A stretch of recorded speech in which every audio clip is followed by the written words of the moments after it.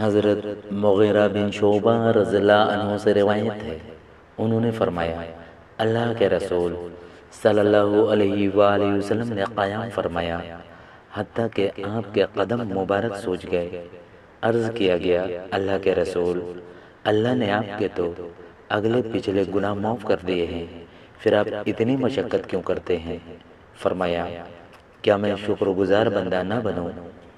حضرت عدی بن حاتم رضی اللہ عنہ سے روایت ہے کہ رسول اللہ صلی اللہ علیہ وآلہ وسلم نے فرمایا تم میں سے ہر شخص سے اللہ تعالیٰ کلام فرمائے گا جبکہ بندے اور رب کے درمیان کوئی ترجمان نہیں ہوگا۔ بندہ اپنی دائیں طرف نظر کرے گا تو وہی اعمال نظر آئیں گے جو اس نے آگے بھیجے، پھر بائیں طرف نظر کرے گا تو وہی اعمال نظر آئیں گے جو اس نے آگے بھیجے، پھر سامنے نظر اٹھائے گا تو سامنے جہنم کی آگ نظر آئے گی۔ لہذا جو شخص کسی بھی طرح آگ سے بچ سکتا ہے وہ ضرور اپنا بچاؤ کرے، اگرچہ آدھی کھجور کے ذریعے سے ہی ہو سکے۔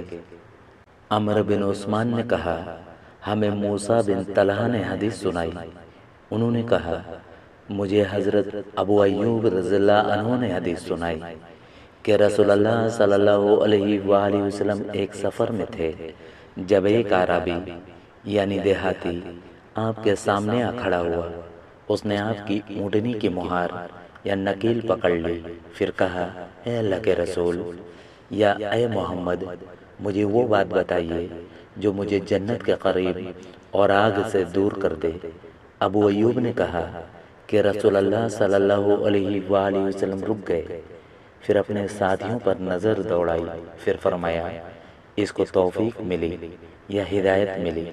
پھر بدوی سے پوچھا تم نے کیا بات کی؟